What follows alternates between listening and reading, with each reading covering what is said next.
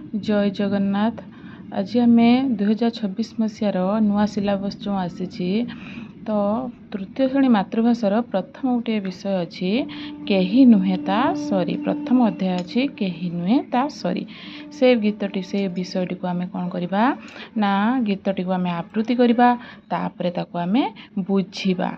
तो चलो आम आगे गीतटी को आवृत्ति करने पूर्वर विषयर जो नामकरण कराई केही नुहे ता सरी सेटा को आम बुझिबा तार अर्थ कौन।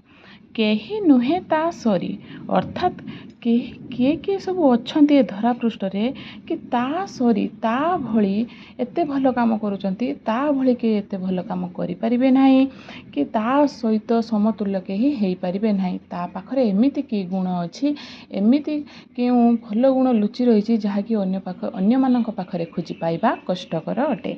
तेणु से विषयर टाइटल बा सारांश रही कौन ना कौन रही पृष्ठभूमि केही नुहे ता सरी। चलो एबे गीतटी को आवृत्ति करवा।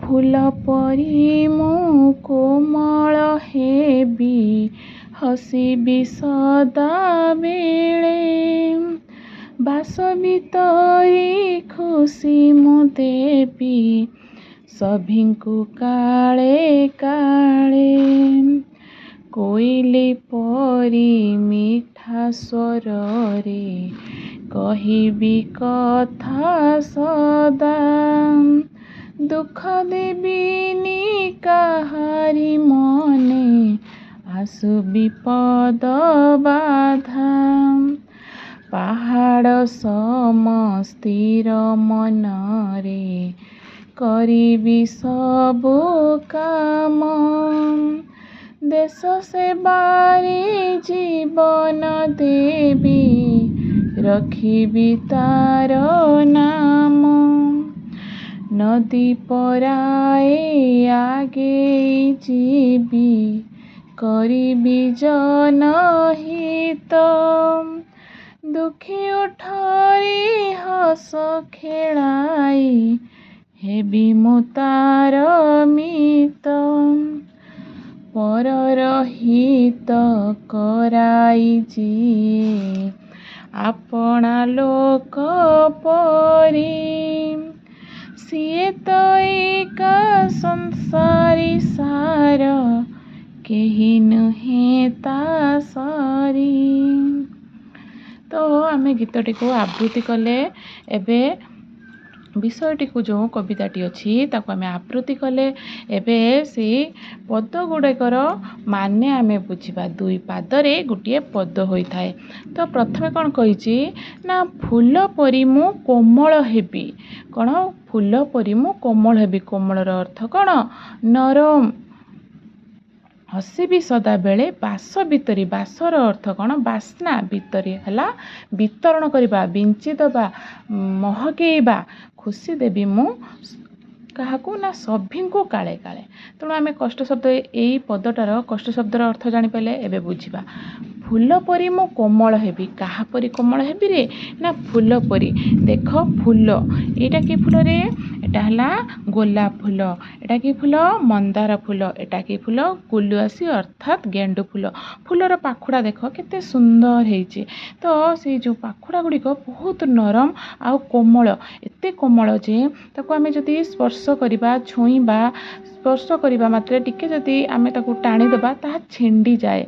तो सेइथिपई कुहाई कि फूलर पाखुड़ा अत्यंत कौन नरम बा कोमल फूल परी मु कोमल हेबी हसीबी सदा बेले फूल गुड़िक कौन सदा बेले देख तो फूल केमिति सतकी हसुचंती फुटिकी सब फूल सेमिति सतरे भी मध्य बाड़ी बगीचारे जेते बेले फूल फुटे से कौन हुए ना हसु थाए सब बेले कौन करथाए हसु थाए। तो फूल परी मु कोमल हेबी हसीबी सदा बेले से फूल गुड़िक एते सुंदर फुटी थाए जेमिति आमे देखिले लागे सतकी फूल गुड़िक आमको देखि हसुचंती। तेणु कवि एठी कहउचंती फूल परी मु कोमल हेबी हसीबी सदा बेले ବାସ ଭିତରି, ବାସର ଅର୍ଥ ବାସ୍ନା, ଏଇ ବାସ୍ନାକୁ ମୁଁ ମୋ ଶରୀରର ଯେଉଁ ପାଖୁଡ଼ାର ଯେଉଁ ବାସ୍ନା ତାକୁ ବିତରଣ କରି ତାକୁ କ'ଣ ବିଞ୍ଚି ଦେଇ ବା ମହକେଇ ଖୁସି ମୁଁ ଦେବି। କାହା କ'ଣ ଦେବି ନା ମୁଁ ଖୁସି ଦେବି ସଭିଙ୍କୁ କାଳେ କାଳେ ସମସ୍ତଙ୍କୁ ମୁଁ ଯୁଗେ ଯୁଗେ କ'ଣ କରିବି ନା ମୋର ଯେଉଁ ଫୁଲର ଯେଉଁ ବାସ୍ନା, ମୋ ଶରୀରର ଯେଉଁ ବାସ୍ନା ତାହା ମୁଁ ଏ ଧରାପୃଷ୍ଠରେ ଏ ଜଗତରେ ବସବାସ କରୁଥିବା ଲୋକମାନଙ୍କୁ ମୋର ବାସ୍ନାରେ କ'ଣ କରିବି, ତାଙ୍କୁ ମୁଁ ଆନନ୍ଦିତ କରିବି। ଆଉ ଏଇ ଯେଉଁ ଆନନ୍ଦିତ କରିବି ଏହା ମୁଁ ଦିନେ ଅଧେ ପାଇଁ ନୁହେଁ, ଏ ମୁଁ କାଳେ କାଳେ ଯୁଗେ ଯୁଗେ ପାଇଁ ମୁଁ ସମସ୍ତଙ୍କ ଉପକାରରେ ଆସିବି। କୋଇଲି ପରି ମିଠା ସ୍ୱରରେ କହିବି କଥା ସଦା, ଦୁଃଖ ଦେବିନି କାହାରି ମନେ ଆସୁ ବିପଦ ବାଧା। ତେଣୁ କୋଇଲିର ଯେମିତି ସ୍ୱରଟି ଖୁବ୍ ସୁନ୍ଦର, ଭାରି ମିଠା ସ୍ୱର, ଶୁଣିବାକୁ ଭାରି ଭଲ ଲାଗେ। କୋଇଲି ପରି ମିଠା ସ୍ୱରରେ କହିବି କଥା ସଦା।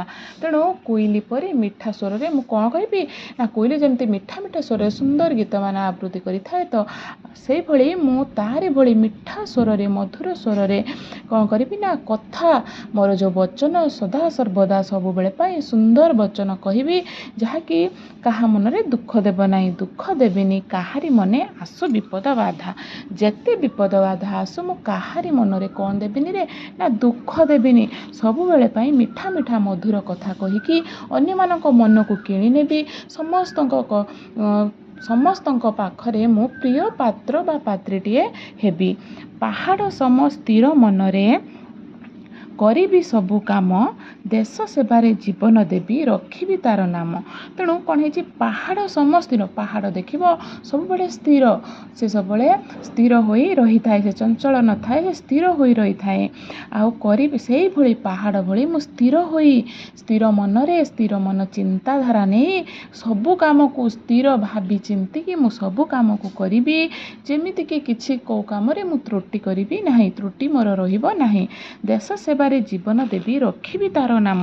ତେଣୁ ମୁଁ ଏଇ ଦେଶ ସେବାରେ କ'ଣ କରିବି ନା ଜୀବନ ଦେବି। ଏଇ ଦେଶ ସେବାରେ, ଦେଶରେ ଯେଉଁ ଲୋକମାନେ ବସବାସ କରୁଛନ୍ତି, ଦୁଃଖୀ ରଖି ଅଭାବୀ ଲୋକ, ସେମାନଙ୍କର ମୁଁ ସେବା କରିବି, ସେମାନଙ୍କୁ ସବୁବେଳେ ଅସୁବିଧାରୁ ସବୁବେଳେ ରକ୍ଷା କରିବି, ସବୁବେଳେ ତାଙ୍କ ପାଖରେ ରହିବି, ସହଯୋଗର ହାତ ବଢ଼େଇବି। ତେଣୁ ଦେଶ ସେବାରେ ଜୀବନ ଦେବି ରଖିବି ତାର ନାମ। ଏଇ ଦେଶର, ଏଇ ଭାରତ ଭୂମିର, ଏଇ ମାଟି ମାଆର ମୁଁ ନାଁ ରଖିବି ଭଲ କାମ କରି। ନଦୀ ପରାଏ ଆଗେଇ ଯିବି କରିବି ଜନହିତ, ଦୁଃଖୀ ଉଠରେ ହସ ଖେଳାଇ ହେବି ମୁଁ ତାର ମିତ। ତେଣୁ ନଦୀ ପରାଏ, ନଦୀ ଯେପରି ତାର ସ୍ୱଭାବ ହେଲା ଉଚ୍ଚରୁ ନିଚକୁ ଗଡ଼ିଯିବା, ତ ନଦୀ ଯେପରି ଆଗକୁ ଆଗକୁ ମାଡ଼ି ଚାଲେ, ସେଇଭଳି ମୁଁ ମାଡ଼ି ଚାଲିବି। ସବୁବେଳେ ଯେତେ ବାଧାବିଘ୍ନ ଆସିଲେ ବି ମୁଁ ଭାଙ୍ଗିଯିବି ନାହିଁ। ସବୁବେଳେ ମୁଁ ମୋର ସତ୍ କର୍ମରେ ଆଗେଇ ଚାଲିବି। ସବୁବେଳେ ଏଇ ଯେଉଁ ଆଗେଇ ଯିବା ବେଳେ ମୁଁ ସବୁବେଳେ କ'ଣ କରିବି ନା ଏ ମାଟି ମାଆର ଯେଉଁ ସନ୍ତାନ, ଏ ଭାରତବର୍ଷର ଯେଉଁ ସନ୍ତାନ ସବୁ ରହିଛନ୍ତି, ଯେଉଁ ଲୋକମାନେ ରହିଛନ୍ତି, ସମସ୍ତଙ୍କର ମୁଁ ହିତ ଭଲ ଚିନ୍ତା କରିବି, ମଙ୍ଗଳ କାମନା କରିବି, ସମସ୍ତଙ୍କୁ ସହଯୋଗ କରିବି। ଦୁଃଖୀ ଉଠରେ ହସ ଖେଳାଇ ହେବି ମୁଁ ତାର ମିତ। ଯେଉଁମାନେ ଦୁଃଖୀ ରଙ୍କି ଦୁଃଖରେ ଜୀବନଯାପନ କରୁଛନ୍ତି, ଯାହା ଜୀବନରେ ଦୁଃଖର କଳାବାଦଲ ଘେରି ଯାଇଛି, ସେଇ ଦୁଃଖୀ ଉଠରେ, ସେଇ ଦୁଃଖୀ ଲୋକମାନଙ୍କ ଉଠରେ ମୁଁ କ'ଣ କରିବି ନା ହସ ଖେଳେଇବି। ସୁନ୍ଦର ସୁନ୍ଦର ମଧୁର ବଚନ କହି ତାଙ୍କୁ ଅତ୍ୟନ୍ତ ଆକର୍ଷିତ କରିବି। ସମସ୍ତଙ୍କ ମନରେ ମୁଁ କ'ଣ କରିବି ନା ଖୁସିର ଜୁଆର ଖେଳେଇ ଦେବି। ହେବି ମୁଁ ତାର ମିତ। ଏମିତି ସୁନ୍ଦର ବଚନ କହି ମୁଁ ତାର ସବୁଦିନ ପାଇଁ କ'ଣ ହେବି ନା ଭଲ ମିତଟିଏ, ଭଲ ବନ୍ଧୁଟିଏ, ଭଲ ସାଙ୍ଗଟିଏ ହୋଇଯିବି। ପରର ହିତ କରାଏ ଯିଏ ଆପଣା ଲୋକ ପରି, ସିଏ ତ ଏକା ସଂସାରେ ସାର କେହି ନୁହେଁ ତା ସରି। ପରର ହିତ କରାଏ ଯିଏ ଅନ୍ୟର ହିତ, ଅନ୍ୟର ସବୁବେଳେ ମଙ୍ଗଳ କାମନା କରାଏ। ଆପଣା ଲୋକ ପରି, ପର ଲୋକ ହୋଇଥିବ କିନ୍ତୁ ନିଜ ପରିବାରର ସଦସ୍ୟ ଭାବି ଆମେ ତାକୁ କ'ଣ କରିବା ନା ଅସୁବିଧା ବେଳେ ସାହାଯ୍ୟ କରିବା, ସହଯୋଗର ହାତ ବଢ଼ାଇବା, ତା ଦୁଃଖ ବେଳେ ତା ପାଖରେ ରହିବା, ଆଖିର ଲୁହକୁ ପୋଛିଦେବା, ତାକୁ ହିଁ ଆମେ କ'ଣ କରିବା ନା ନିଜର ଭାବିବା। ସେଇଭଳି ଚିନ୍ତାଧାରା ନେଇ ଯେଉଁ ବ୍ୟକ୍ତିମାନେ ବଞ୍ଚନ୍ତି, ସିଏ ତ ଏକ ସଂସାରେ ସାର କେହି ନୁହେଁ ତା ସରି। ଯେଉଁ ଲୋକମାନେ ସବୁ ଲୋକଙ୍କୁ ନିଜର ବ୍ୟକ୍ତିଟିଏ, ନିଜ ପରିବାର ସଦସ୍ୟଟିଏ, ନିଜର ଭାଇ ମା ବାପା ପରି ଚିନ୍ତା କରି ଅନ୍ୟମାନଙ୍କୁ ଅତି ଆପଣାର ପରି ଦେଖେ, ସବୁବେଳେ ତାଙ୍କ ପାଖେ ପାଖେ ଥାଏ, ଅସୁବିଧା ସୁବିଧାରେ ଆହା ବୋଲି କହେ, ସହଯୋଗର ହାତ ବଢ଼ାଏ, ସେ ହିଁ ଏହି ସଂସାରରେ ଶ୍ରେଷ୍ଠ ମଣିଷଟିଏ, ସେ ହିଁ ସଂସାରରେ ବହୁତ ଭଲ ସ୍ୱଭାବର ମଣିଷଟିଏ ଯିଏକି ଏତେ ଭଲ କାମ କରେ। ସିଏ କ'ଣ କରେ ନା ଅନ୍ୟମାନଙ୍କ ହୃଦୟରେ ଜାଗାଟିଏ ଗଢ଼ି ତୋଳେ। କ'ଣ ପାଇଁ ନା ତା'ର ଏଇ ମହାନ ଗୁଣ ପାଇଁ। ତ ଏଠି କବି ଆମକୁ କ'ଣ କହିଛନ୍ତି, ଜୀବନରେ ଆମେ ସବୁବେଳେ ପାଠ ପଢ଼ୁଛନ୍ତି ସତ, କିନ୍ତୁ ଜୀବନରେ ଭଲ କାମ କରିବା, ସବୁବେଳେ ଅନ୍ୟର ଉପକାର କରିବା, ଅନ୍ୟମାନଙ୍କୁ ସାହାଯ୍ୟ କରିବା, ମାନବିକତା ସହ ବଞ୍ଚିବା, ଏଇଟା ହିଁ ଆମର କ'ଣ ନା ପାଠ ପଢ଼ିବାର ମହତ୍ଵ ଆସିବ ବୋଲି କବି ଆମକୁ ଏଇ କବିତାରେ ବୁଝାଇ କହୁଛନ୍ତି। ଏବେ ଆମେ କ'ଣ କରିବା ନା ଯେଉଁ ବିଷୟରେ ଅଛି, ଆସ ଚିତ୍ର ଦେଖି କଥା ହେବା। ଉପରୋକ୍ତ ଚିତ୍ରରେ ତୁମେ କ'ଣ ସବୁ ଦେଖୁଛ, ବହିରେ ଯେଉଁ ସବୁ ଚିତ୍ର ଅଛି ସେ ଚିତ୍ରରେ କ'ଣ କ'ଣ ଦେଖୁଛ ସେକୁ ଆଲୋଚନା କରିବ। ଚିତ୍ର ଥିବା ପ୍ରାଣୀଙ୍କ ପରି ଆଉ କେଉଁ ସବୁ ପ୍ରାଣୀକୁ ତୁମେ ଘରେ ଆଖପାଖରେ ଦେଖୁଛ, କେଉଁ ପ୍ରାଣୀକି ସବୁ ଆଖପାଖରେ ଦେଖୁଛ, କେଉଁ ପ୍ରାଣୀ ଦେଖୁଛ, କେଉଁ ପ୍ରାଣୀ ଘରେ କୁକୁଡ଼ା, ଛେଳି, ଗାଈ, ଗୋରୁ, ଆଉ କିଏ ପକ୍ଷୀ ଭିତରେ ଆମର କ'ଣ ଶୁଆ, ଶାରୀ, ଆଉ କିଏ ଅନ୍ୟାନ୍ୟ ସବୁ ରହିଛନ୍ତି। କିଏ ବି ନେଉଳ ବି ରଖନ୍ତି, ସବୁ ପିଞ୍ଜରାରେ ସବୁ ରଖନ୍ତିନି ଖୁସି ହେବା ପାଇଁ। ତ ବହୁତ ପକ୍ଷୀ, ପଶୁ, ପ୍ରାଣୀ ସବୁ ରହିଛନ୍ତି। ତୁମେ ଜାଣିଥିବା 5ଟି ଫୁଲ ଗଛର ନାମ କୁହ। 5ଟା ଫୁଲ ଗଛ, ମନ୍ଦାର, ଟଗର, ଗେଣ୍ଡୁ, ଆଉ କ'ଣ ଗୋଲାପ, ଆଉ କି ଗଛ ଜିନିଆ, ଡାଲିଆ, ଆଉ କି ଫୁଲ ସବୁ ଜାଣିଛ, ହରଗୌରା, ବହୁତ ଫୁଲ ଗଛ ରହିଛି। ଆକାଶରେ ଉଡ଼ୁଥିବା ପକ୍ଷୀମାନଙ୍କୁ ଦେଖିଲେ ତୁମ ମନରେ କେଉଁ ସବୁ ଭାବନା ଆସେ? ଆକାଶରେ ଉଡ଼ୁଥିବା ପକ୍ଷୀକୁ ଦେଖିଲେ ଆମ ମନରେ ଅନେକ ଭାବନା ଆସେ। କ'ଣ ଭାବନା ଆସେ ନା ପକ୍ଷୀର ଯେମିତି ଡେଣା ଅଛି, ସେ ସ୍ୱାଧୀନ ଭାବରେ ଉଡ଼ି ବୁଲୁଛି, ଏ ଗଛ ଡାଳରୁ ସେ ଗଛ ଡାଳକୁ ଉଡ଼ି ବସୁଛି, ମନ ଇଚ୍ଛା ପିଜୁଳି ଖାଉଛି, ଗଛର ଫଳ ଖାଉଛି, ସବୁ ପ୍ରକାର ଜିନିଷ ଖାଉଛି, ଆଉ ମନ ଖୁସିରେ ଏଠୁ ସେଠି ଉଡ଼ି ଯାଇପାରୁଛି, ସ୍ୱାଧୀନ ଭାବରେ ସେ ବିଚରଣ କରିପାରୁଛି। ଠିକ୍ ଯଦି ଆମ ଏ ମଣିଷ ସମାଜରେ ଆମ ଏଇ କୁନି କୁନି ପିଲାମାନଙ୍କର ଯଦି ଡେଣାଟିଏ ଥାଆନ୍ତା, ଆମେ ମଧ୍ୟ ଏ ରଙ୍ଗ ଉଡ଼ି ବୁଲନ୍ତୁ, ଗୋଟିଏ ଜାଗା ରୁହନ୍ତୁ ନାହିଁ, ଆମ ଖୁସି ମନରେ ସ୍ୱାଧୀନ ଭାବରେ ବୁଲନ୍ତୁ।